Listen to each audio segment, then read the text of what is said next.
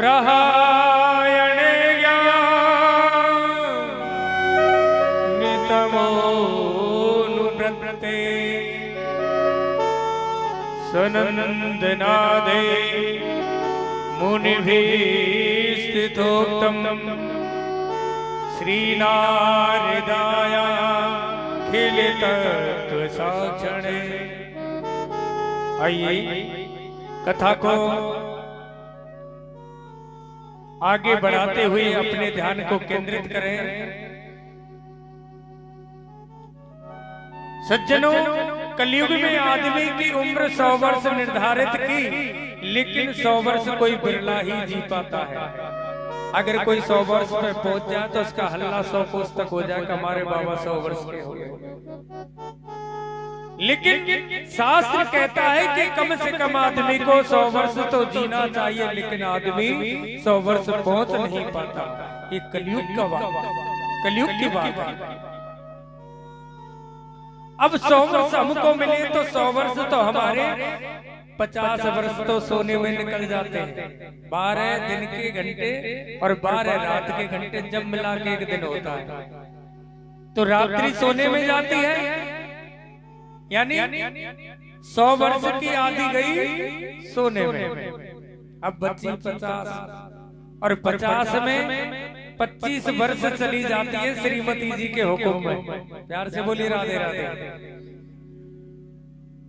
आदमी की 25 वर्ष निकल जाती है घर के सामान में।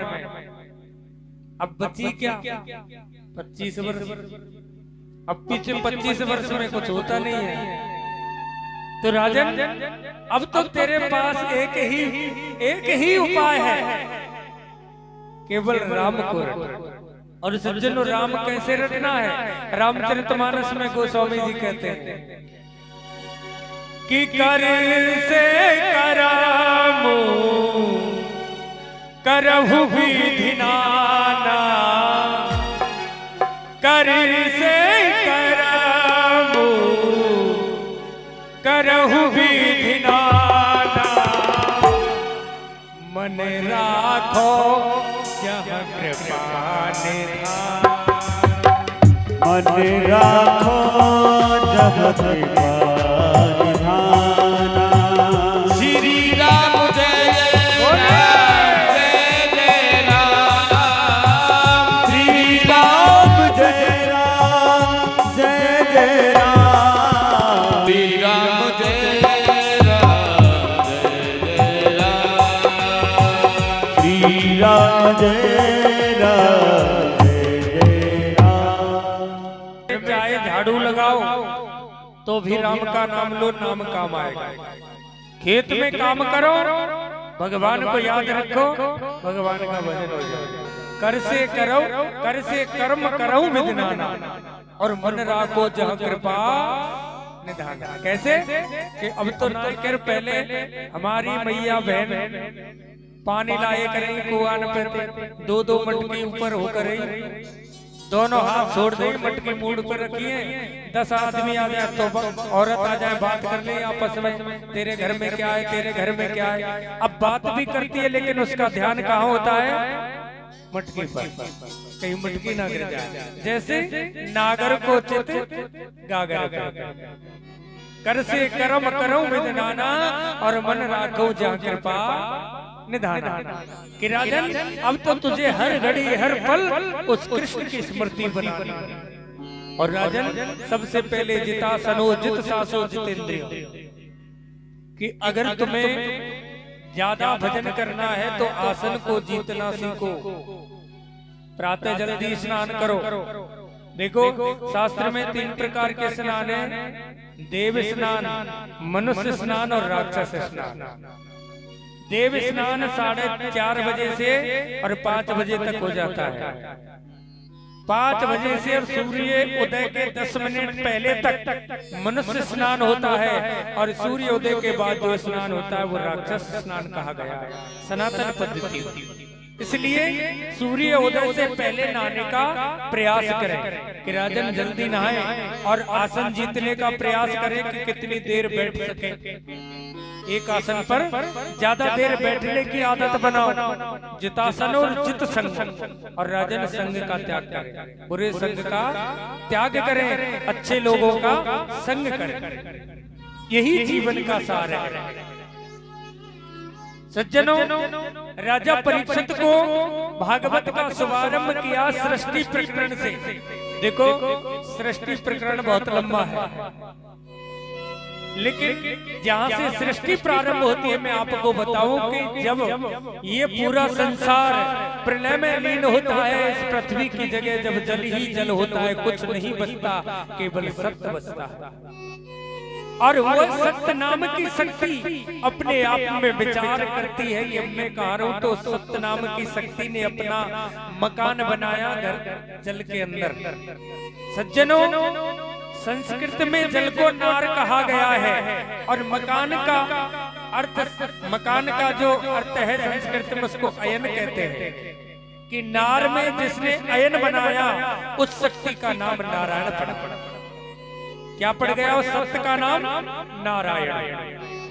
और जल में निवास करने लगे तो उस नारायण ने सोचा कि मैं तो अकेला हूं, एक से दो होना चाहता हूं। तो उस नारायण की नाभि से कमल उत्पन्न हुआ और कमल से स्वयं ब्रह्मा जी की चतुर्मुख वाले ब्रह्मा की उत्पत्ति हुई। तो ब्रह्मा ने देखा कि मेरा जन्म कहां से हुआ है, तो उस कमल लाल में बहुत समय ब्रह्मा जी ने निकाल दिया, लेकिन ब्रह्मा जी को कुछ नहीं पाया। और अंत में ब्रह्मा को दो शब्द सुनाई दिए, एक का नाम ता और दूसरे का नाम पा। केवल आप तो तप करने से ही मुझको प्राप्त कर सकते हो। तो ब्रह्मा ने तप किया और तप के प्रभाव से उस नारायण ने ब्रह्मा का हाथ पकड़ा और उस ब्रह्मा को विधाता बना दिया और उस विधाता को आदेश कर दिया कि जाओ इस सृष्टि को रचो। तो ब्रह्मा ने सर्वप्रथम मन से 10 पुत्रों को उत्पन्न किया, जिसमें सनक, सनंदन, सनातन, सनत कुमार, कर्दम, नारद आदि पुत्र उनके हुए। उसके बाद में ब्रह्मा की नासिका के द्वारा ये सज्जन पद्म पुराण का लेखा कि भगवान की नासिका के द्वारा रुद्र का प्राकट हुआ, भगवान शंकर का। और भागवत में लिखा है कि भक्ति से रुद्र की प्राप्ति हुई, कि भगवान शंकर को भी ब्रह्मा से प्रकट किया गया है। और ब्रह्मा ने शंकर को आदेश दिया कि सृष्टि आगे बढ़ाओ। तो शंकर ने जिस सृष्टि को रचाया वो सृष्टि शंकर को ही खाने दौड़ी, तो सृष्टि को रुकवा दिया।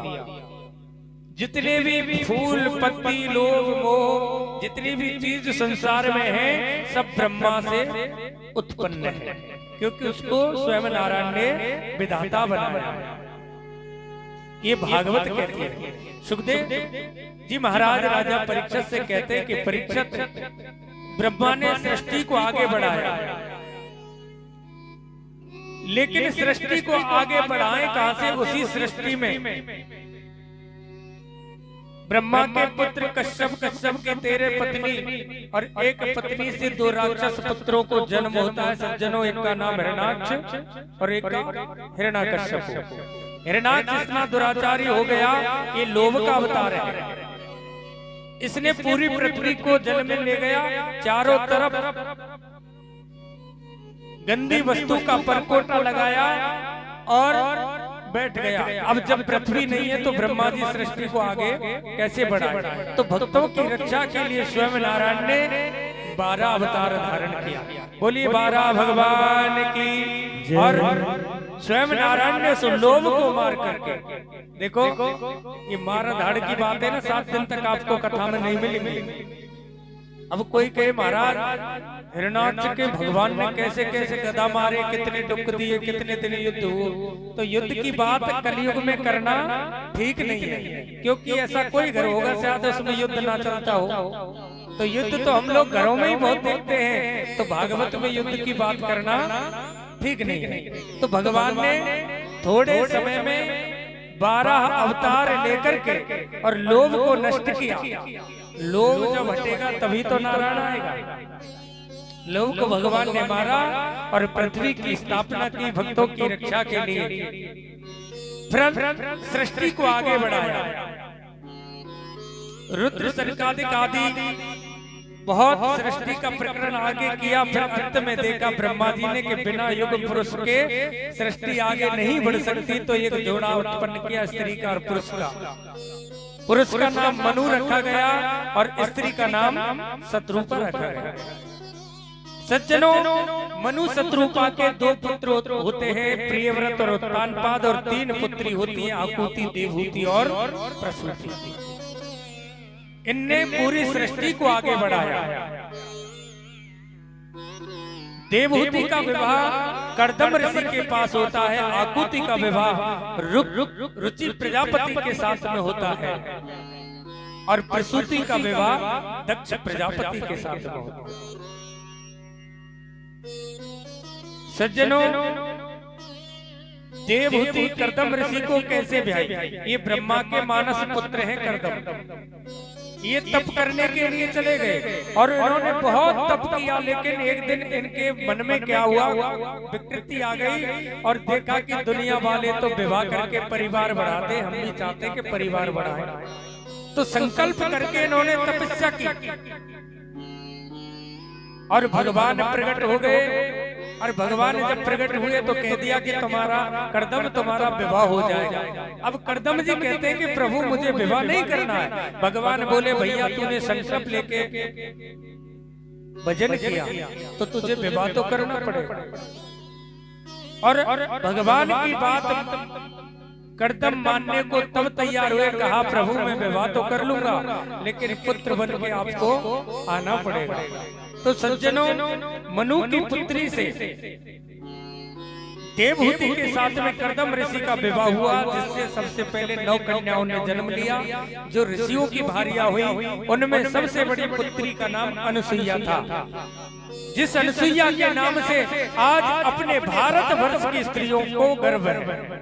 वही अनुसुईया जिसने ब्रह्मा विष्णु महेश तीनों को छोटे छोटे बच्चा बना करके पटना में झुला दिया और पतिव्रत धर्म को इस जग जग में प्रचार किया।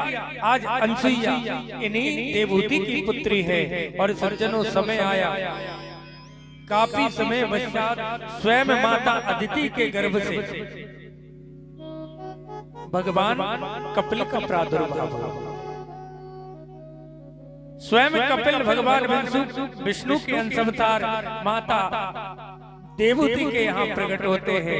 बोलिए कपिल भगवान की जय। और कपिल भगवान अपनी माता देवहूति को सांख्य शास्त्र आदि के बारे में बताता। माता देवहूति भगवान से प्रवचन सुनती है। भगवान से प्राप्त देवहूति कहती है कि बेटा मुझे बताएं कि बंधन किसका होता है, आत्मा का बंधन होता है या फिर शरीर का बंधन होता है। ये जीव इस दुनिया में आता है तो कैसे आता है, क्यों आता है, क्या करने आता है, ये सब मैं जानना चाहती हूँ। तो कपिल भगवान माता देवहूति से कहते हैं कि माता तुम तो बड़ी विदुषी हो, बहुत ज्ञानी हो, मैं आपको क्या बताऊं, लेकिन माता मैं कहता हूँ आत्मा का कोई बंधन नहीं होता, आत्मा का कोई बंधन नहीं होता। बंधन तो केवल शरीर का होता है कि पत्नी मेरी है, पुत्र मेरा है, ये परिवार मेरा है, मकान मेरा है। प्यारे, बंधन तो केवल शरीर का होता है, आत्मा का कोई बंधन नहीं होता।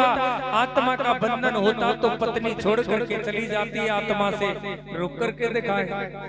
बेटा भी एक दिन आने पर छोड़ करके चले जाते हैं, रोक करके दिखाए। सज्जनों, आत्मा का कभी कोई बंधन नहीं होता, केवल आत्मा और परमात्मा का मिलन होता है। और जब जीवात्मा इस पृथ्वी पर आती है, देखो एक दिन जीवात्मा भगवान से कहती है कि प्रभु ये आवाज कैसी है, मुझे जोर जोर की आवाज सुनाई पड़ती है। तो भगवान उस जीवात्मा से कहते हैं कि भैया ये कलयुग में मृत्युलोक में मेला चल रहा है, इस पृथ्वी लोक पे एक मेला चल रहा है। तो जीव आत्मा कहती है कि महाराज इस मेले को तो मैं भी देखना चाहूंगा।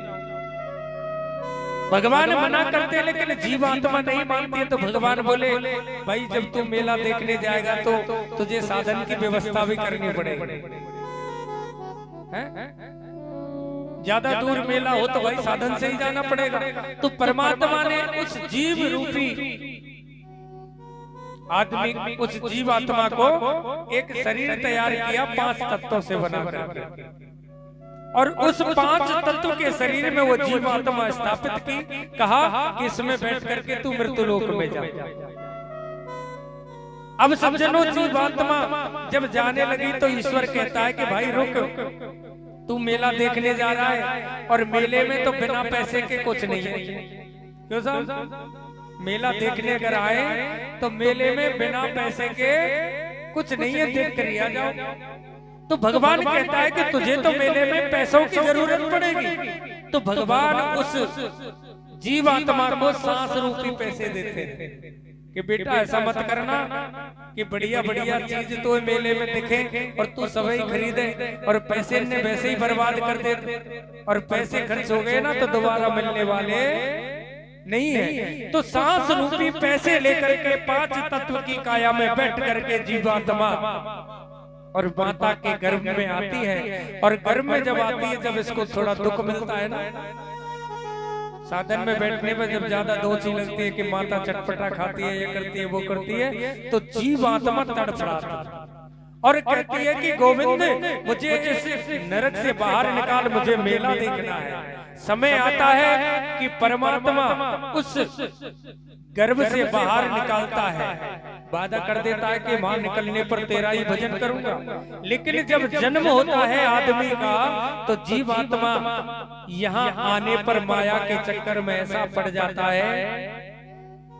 जब बच्चा छोटा होता है ना, जब माँ के गर्भ से जन्म लेता है, तो बच्चा एक बार रोता जरूर है। तो बच्चा जब रोता है केवल वाह शब्द का उच्चारण करता है, कभी देखना वाह करके रोएगा बच्चा पहली बार। तो परमात्मा जब बच्चा निकलता है तो परमात्मा उस जीवात्मा से कहता है कि बेटे ध्यान रखना, मैंने तुझे इस पृथ्वी पर भेज दिया, कहीं भूल मत जाना कि मेरा भजन नहीं करे। तो वो जीवात्मा कहती है वाह। बोले प्रभु तू वाह और मैं, बोले अब तो मेरी मर्जी चलेगी, मैं वहां से निकल के आ गया। प्यार से बोले राधे राधे। हम लोग उस परमात्मा की नौकरी करने आते हैं, लेकिन यहाँ आकर के हम गद्दारी करने लग जाते हैं और नौकरी में आग दिखाते हैं। हम उस परमात्मा का भजन नहीं कर पाते, और वो परमात्मा, और धीरे धीरे जो रुपया हमें मिलते हैं ना, वो पैसे सब खर्च हो जाते हैं। राजा परीक्षित, तुमको परमात्मा ने यहाँ भेजा, और सबसे बड़ी सौभाग्य की बात है कि तुझे तो मालूम हो गया कि मुझे 7 दिन में मरना है, इसलिए तू जल्दी कर, भगवान का नाम ले। तो यहाँ पर भी सज्जनों, राजा परीक्षित कहते हैं कि महाराज एक बात बताओ कि 4 बजे नहाने से भगवान मिल जाएगा? राजा परीक्षित कहता है कि गुरुदेव आप मुझे बताएं, मैं नित्य 4 बजे नहाऊंगा, क्या मुझे भगवान मिल जाएगा? अरे कुछ जीवात्मा तो ऐसी होती है कि पूरी रात ही जल में रहती है, फिर भी परमात्मा नहीं मिलती। भैया ना तो 4 बजे नहाने से परमात्मा मिलता है।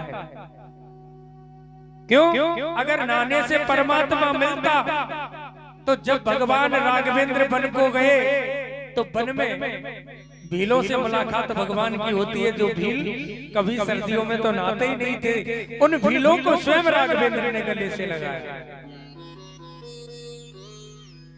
तो भगवान नहाने से भी नहीं मिलते, बिना नहाने के भी भगवान मिल सकते हैं। कोई कहे कि महाराज भगवान तो पढ़े लिखे को मिलते होंगे, तो प्यारे भगवान के यहाँ तो पढ़ा लिखा भी नहीं चलता। गजेंद्र ने कब पीएचडी की थी? हाथी ने, आगे कथा आएगी गज और ग्राह की, तो उसने कहाँ पीएचडी की, लेकिन उसने भगवान को प्राप्त किया। तो भगवान के यहाँ तो पढ़ने लिखने की भी जरूरत नहीं है। गणका ने कहाँ वेदों को पढ़ा?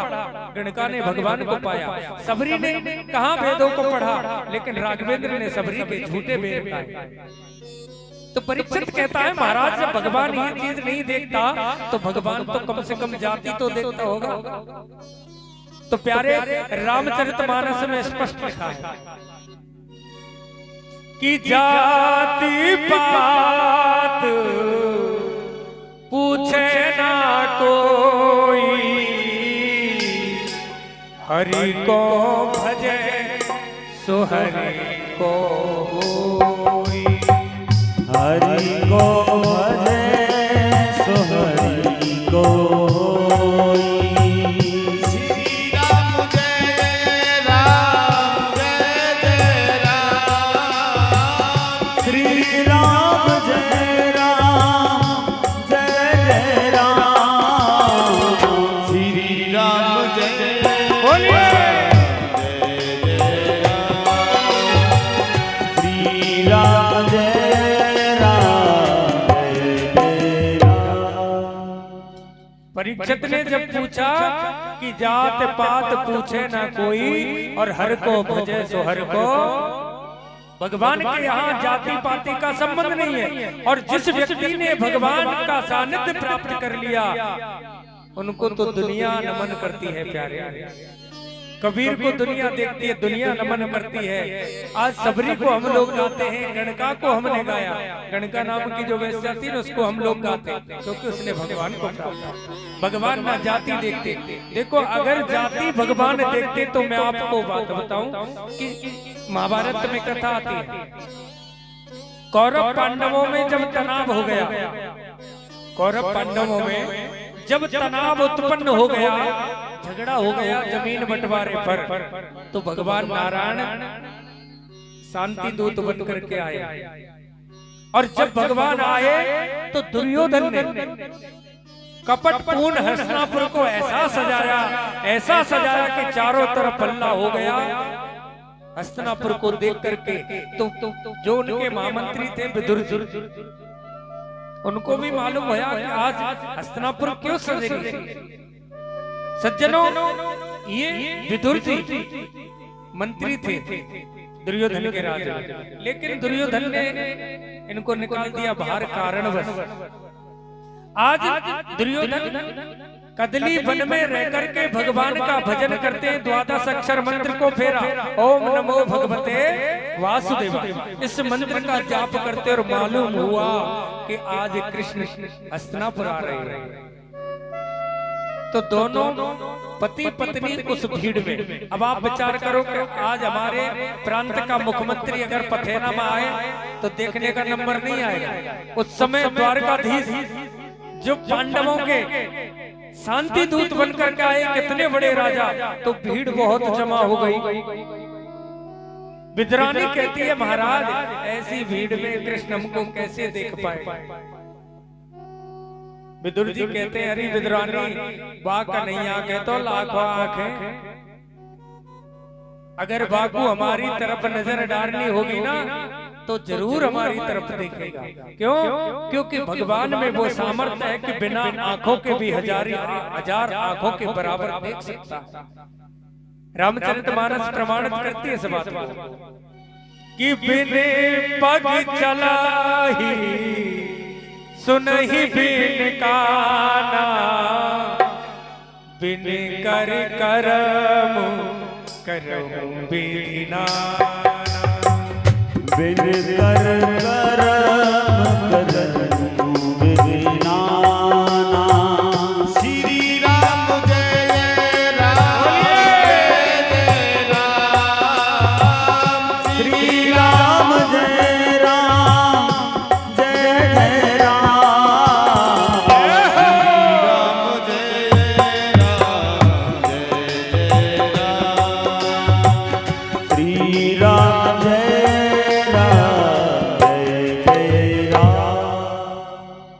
ईश्वर में सामर्थ होता है कि बिन पग चले सुने बिन गाना और बिन कर करम करऊं विधि नाना। अरे वो ईश्वर तो ऐसा है कि बिना पैरों के भी हजारों कोस योजन चल सकता है। तू चिंता मत कर, वो कृष्ण जरूर है।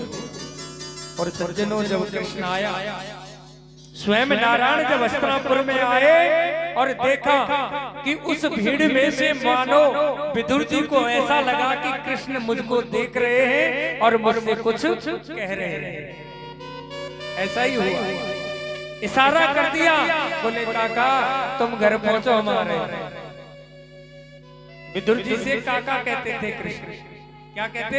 काका। बोले काका ऐसा इशारा किया, बोले काका तुम घर पहुंचो हमारे।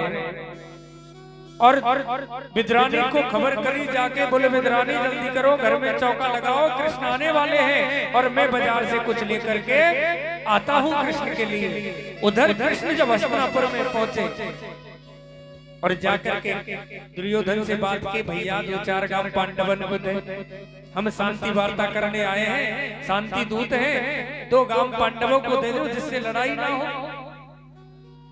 दुर्योधन कहता है कि कृष्ण बिना युद्ध के तो सुई की नोक के बराबर भी नहीं मिल सकती। कन्हैया बोले, अरे दुर्योधन, तुझ पर बात करना भी नहीं आता कि एक शांति दूत से बात कैसे करते हैं? अरे तुझे पता है युद्ध में क्या होता है? कितनी माताएं विधवा हो जाएंगी, कितनी बहनों के भाई चले जाएंगे, तुझे पता है युद्ध के अंदर होता क्या है? तुझे आता भी नहीं कि शांति दूत से कैसे बात करी जाती, और तुझे अगर युद्ध के बगैर नहीं देना है तो हम तो चले वापस। और जैसे ही कृष्ण खड़े होकर के चले सज्जनों, दुर्योधन ने हाथ पकड़ लिया, केशव तूने देखा नहीं कि मैंने हस्तिनापुर को कैसा सजाया, और मैंने तेरे लिए खुद की पसंद से 56 भोग बनवाए और तुझे भोजन करके जाने पड़ेंगे।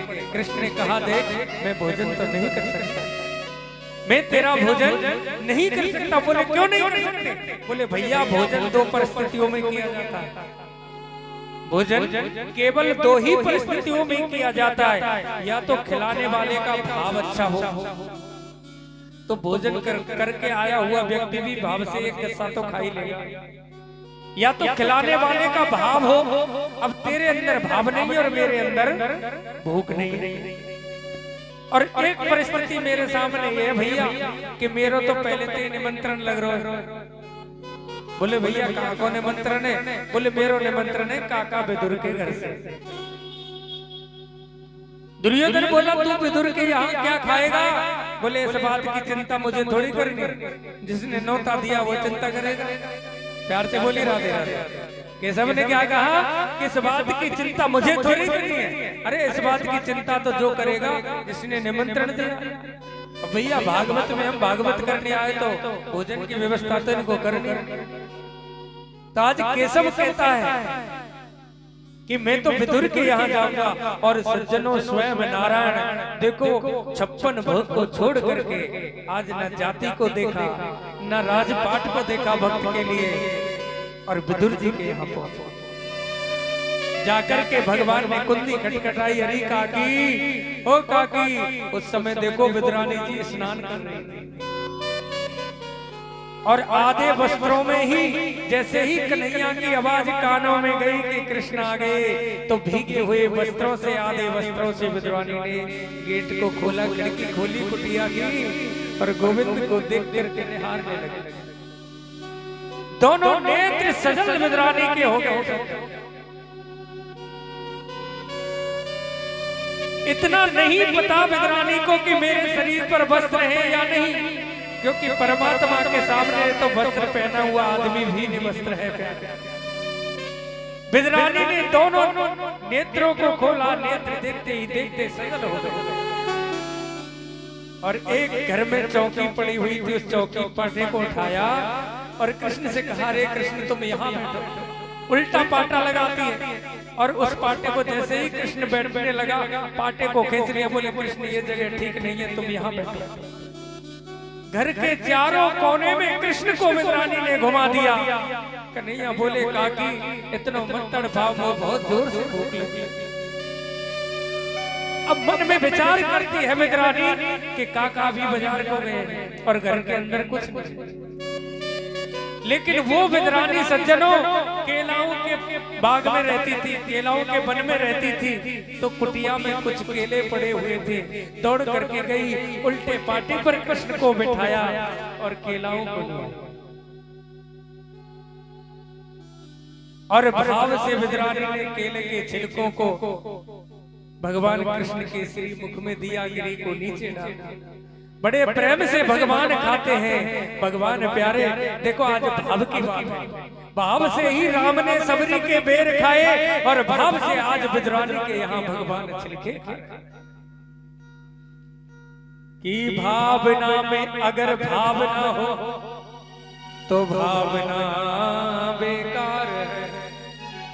और भाव से भजता उसे तो भव से बेड़ा। कि भाव का भूखा है वो और भाव ही एक सार है, और भाव से भजता उसे तो भव से बेड़ा। आज भाव से विदुरानी भगवान को छिलके खिला रही और इतने में विदुर जी आ जाते।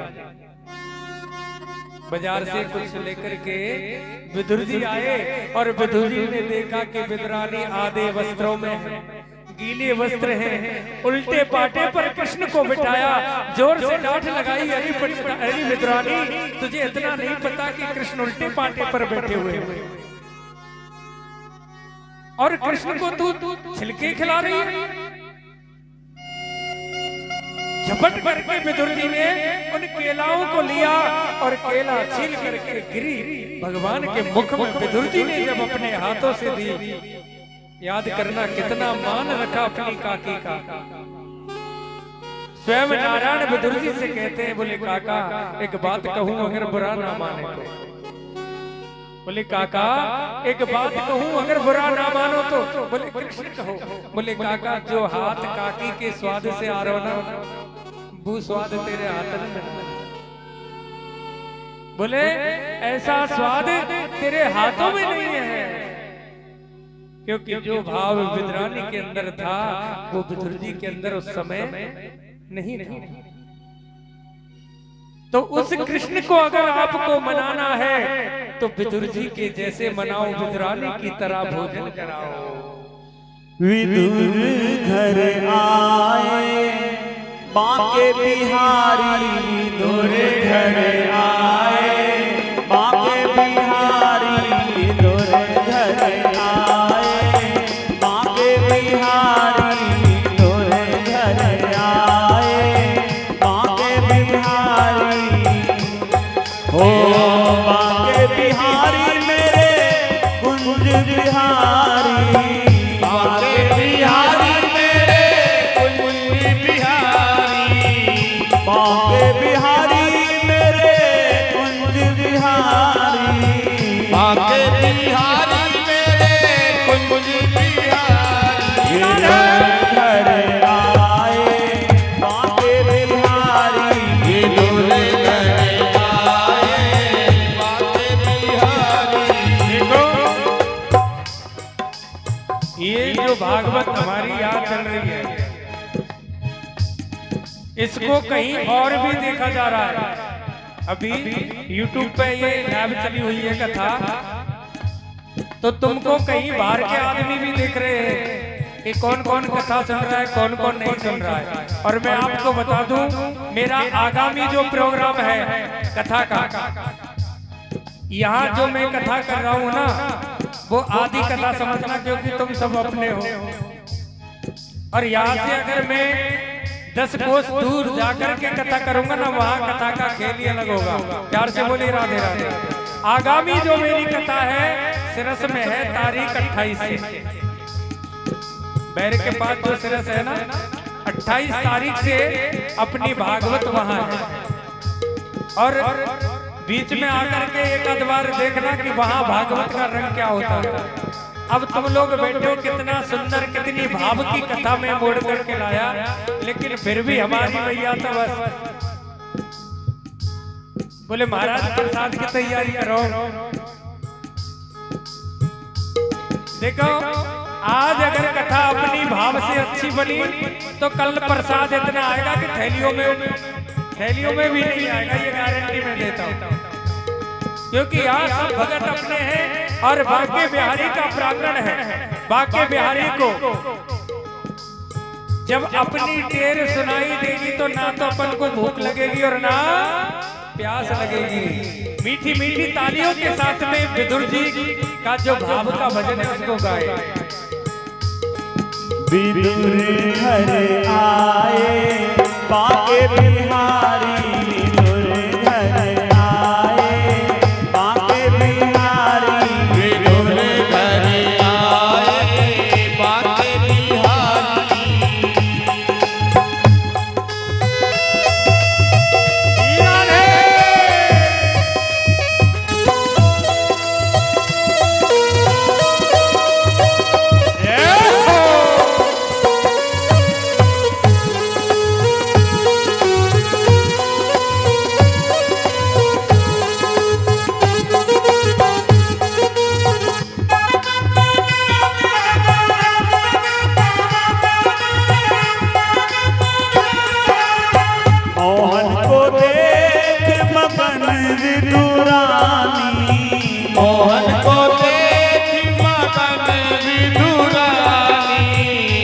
मन में भूली नाय समानी, मन में भूली नाय समानी, अगन निपवाए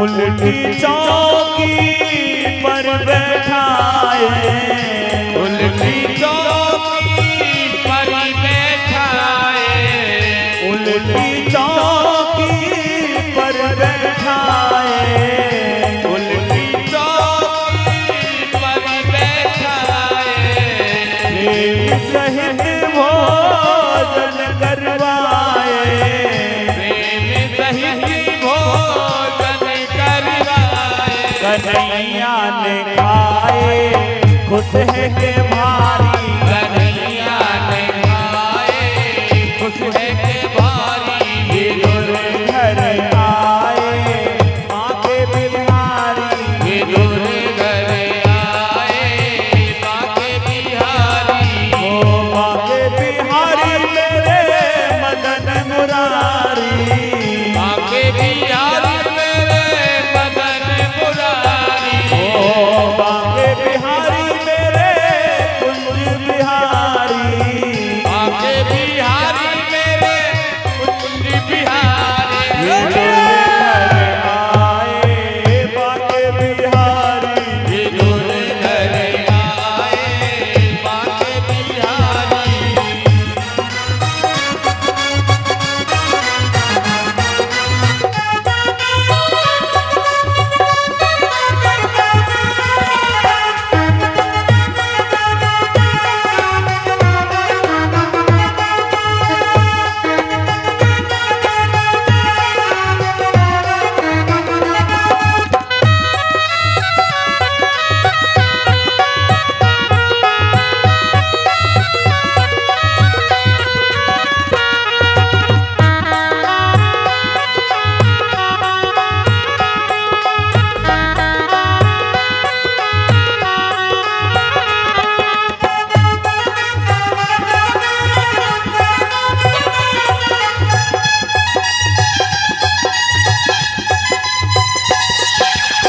प्रबल प्रेम की धारा बहाए रही, प्रबल प्रेम की धारा बहाए रही, फल फेंके और छिलका खवाए रही, फल फेंके और छिलका खवाए रही, फल फेंके और छिलका खवाए रही, फल फेंके और छिलका खवाए रही, स्वाद बड़े आए यूं बोले मुरारी, स्वाद विदुर घर आए यूं बोले मुरारी, विदुर घर आए ओ माँ के बिहारी मेरे कुंज बिहारी, माँ के